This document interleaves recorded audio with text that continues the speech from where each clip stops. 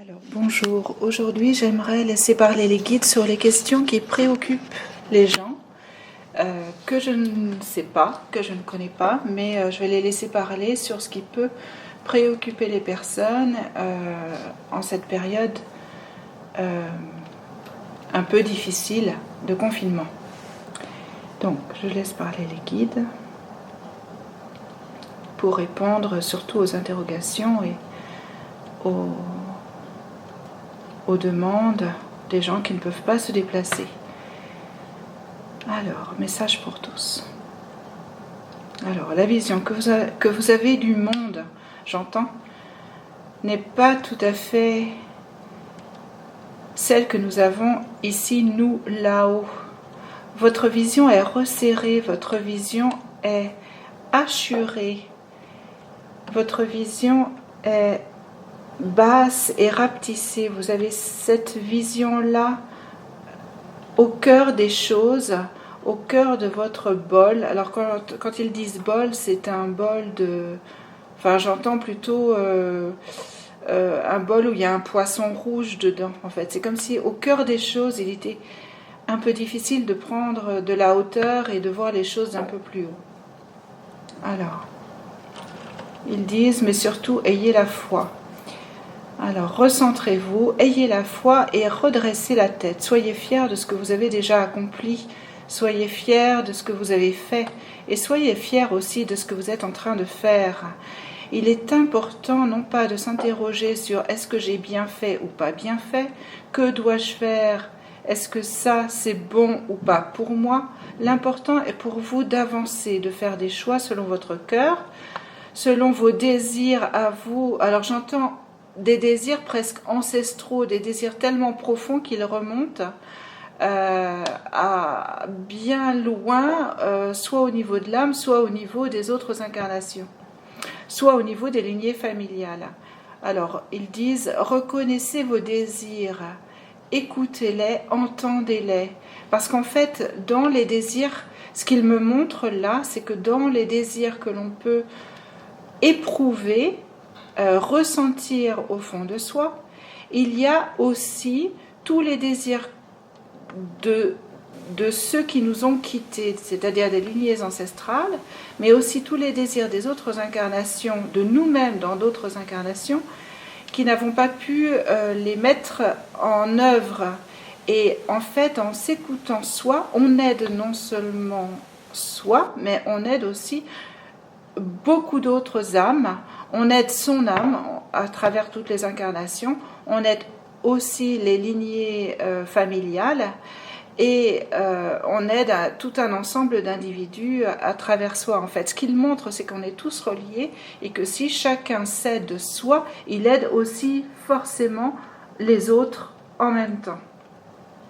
Alors, ils disent, le temps et l'espace n'existant pas pour nous, tout ce que vous mettez en œuvre, vous, pour vous-même sur la terre, est ressenti à travers les âges. Quand ils disent ça, c'est que c'est ressenti à travers le passé, ça guérit le passé, ça guérit le présent, mais ça guérit le futur aussi. Ça permet, j'entends, aux neiges éternelles de s'installer à l'avenir. Alors, je les laisse continuer en leur demandant de répondre particulièrement aux interrogations multiples des êtres humains. Alors, ils disent, ravivez votre flamme. L'important pour vous, c'est d'œuvrer pour vous-même. Alors, quand ils disent œuvrer pour vous-même, c'est vraiment aller là où on a plaisir d'aller, là où on a envie d'aller, non pas par devoir, mais par envie, par désir. C'est vraiment très très important là. Ils mettent le point là-dessus.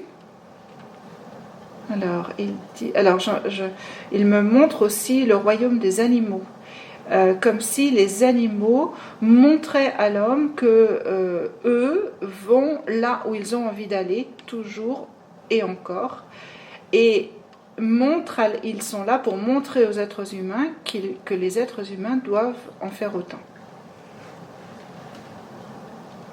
Alors, chargez-vous de tout ce que la nature peut vous apporter. Alors quand ils disent chargez-vous, c'est prendre, en fait nourrissez-vous, c'est dans le sens de nourrissez-vous de tout ce qu'elle peut vous apporter, et en ayant un autre regard sur la nature. Et là, ils me font passer le respect par rapport à ce que la nature nous offre, le respect à travers, j'entends la semence, la cueillette, mais aussi la manière de les consommer, la manière de les utiliser, et le respect sur tout le processus, en fait, à tous les stades. Alors ils disent, vous avez beaucoup à apprendre encore, parce que vous êtes loin d'imaginer ce que la Terre a de ressources pour vous. Elle a toutes les ressources pour que vous puissiez avancer. N'oubliez pas que vos technologies ne sont pas toujours au goût du jour, au goût de la Terre, et qu'il est important de remettre ceci en question aussi. La Terre vous offre tout ce dont vous avez besoin pour aller ici et là, pour vous nourrir, pour vous transporter, pour vous faire plaisir, pour vous ressourcer. Alors, quand il parle de tout ça, il me montre en parallèle le monde que l'on a créé, nous, à côté, qui s'éloigne de la nature, mais qui, en s'éloignant de la nature, s'éloigne de la terre, s'éloigne du naturel, et donc fait beaucoup plus de mal à l'homme que de bien. Et en fait, il n'y a pas besoin d'aller si loin dans la technologie. Les choses sont beaucoup plus simples. La nature a tout pour... ce qu'il montre là, c'est qu'au niveau technologique, on n'a pas besoin d'inventer des choses qui sont beaucoup trop éloignées de tout ce qu'on trouve dans la nature, parce que en fait, dans la nature extérieure et dans la nature intérieure, on peut tout trouver, y compris le mode de transport, y compris le moyen de... Enfin, tout ce dont on a besoin pour vivre et pour ne pas être frustré, c'est-à-dire pour vivre normalement, correctement, en ayant de nombreuses sources à la fois alimentaires, mais pas seulement, c'est-à-dire des sources de plaisir, de joie, de divertissement, de transport, etc. Et en fait, ce qu'il montre, c'est qu'un jour, lorsqu'on réalisera qu'en fait tout est à l'intérieur de nous, et tout est à l'intérieur de notre univers terrestre, sans le transformer, sans le transmuter, et sans quand ils disent transformer, transmuter, je ressens des déviations au niveau, enfin je sais pas, un petit peu comme le clonage, des déviations au niveau de ce que l'on peut trouver sur la Terre, qui fait qu'à un moment donné, on est loin du naturel, et on s'étouffe nous-mêmes. Quand ils disent on s'étouffe, il y a le côté épidémique, le côté virus qui est lié à tout ça, en fait. Toutes ces épidémies, toutes ces pandémies sont aussi liées au fait qu'on s'éloigne de plus en plus du naturel de la Terre, et on joue avec le feu. Alors,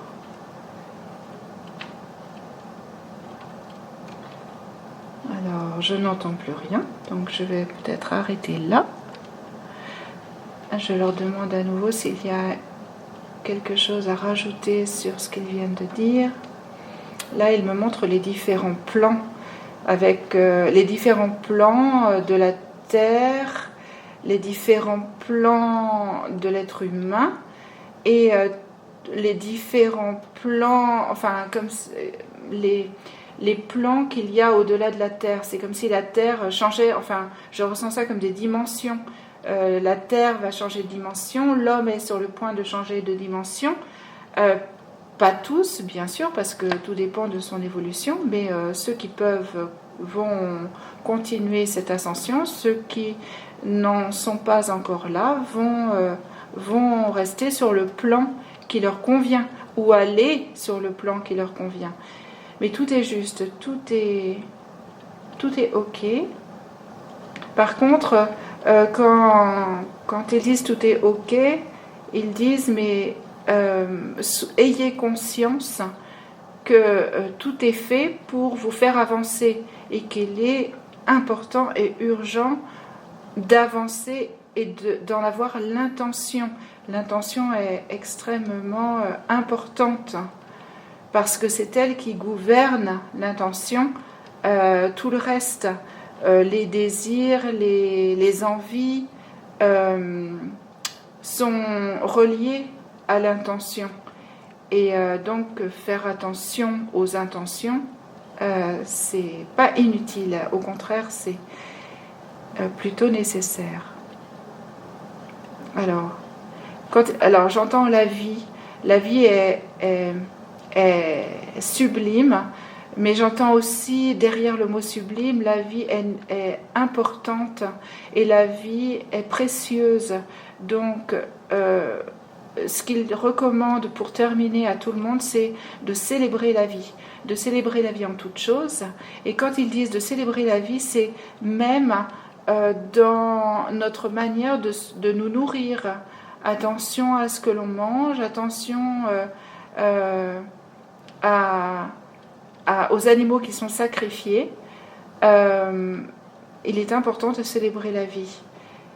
Et en fait, ce qu'il montre là, mais je crois qu'il l'avait déjà dit dans une autre canalisation, c'est que lorsque les animaux sont sacrifiés, alors il y a plusieurs manières déjà de les sacrifier, mais lorsqu'ils sont sacrifiés d'une manière, je dirais, inhumaine, ou d'une manière non respectueuse, on absorbe ces vibrations-là ces vibrations de tristesse, de chagrin, de douleur, et après on s'étonne, l'être humain s'étonne qu'il n'est pas bien, mais il a absorbé, il a accepté d'absorber des vibrations de non-respect, de douleur, de chagrin, de tristesse, qui ont été véhiculées sur le plan physique par les animaux en question, et sur le plan et dans leur aura, sur le plan subtil, dans les vibrations qu'ils portent, l'énergie qu'ils transmettent, en plus des nutriments, eh bien c'est aussi une énergie vibratoire. Donc faire attention, respecter la vie est très précieuse. Et quand ils disent la vie est très précieuse, c'est qu'on va de plus en plus nous rendre compte par nous-mêmes, on n'aura plus besoin de les croire ou pas, les êtres de lumière, les guides, parce qu'on va se rendre compte par nous-mêmes de ce que l'on fait, de ce que l'on a fait et des conséquences, la loi de cause à effet par rapport à la vie. Donc ils nous disent là, n'attendez pas cet état, n'attendez pas ce constat que vous allez faire vous-même. Faites-le déjà, d'ores et déjà, pour ne pas avoir à vous en mordre les doigts, en fait, à culpabiliser ou à vous dire j'aurais dû m'y mettre avant. Là, il est encore temps, ils disent, il est toujours temps de revenir sur ses pas, il est toujours temps de changer de trajectoire et il est toujours temps de s'en remettre à son côté divin.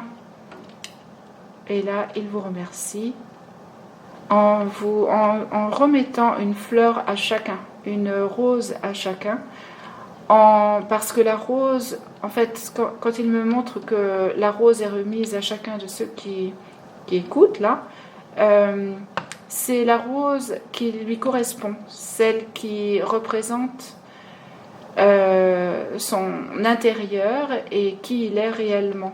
Et cette rose-là va lui montrer toutes les facettes avec les pétales, toutes les facettes, va lui renvoyer toutes les facettes de sa propre nature.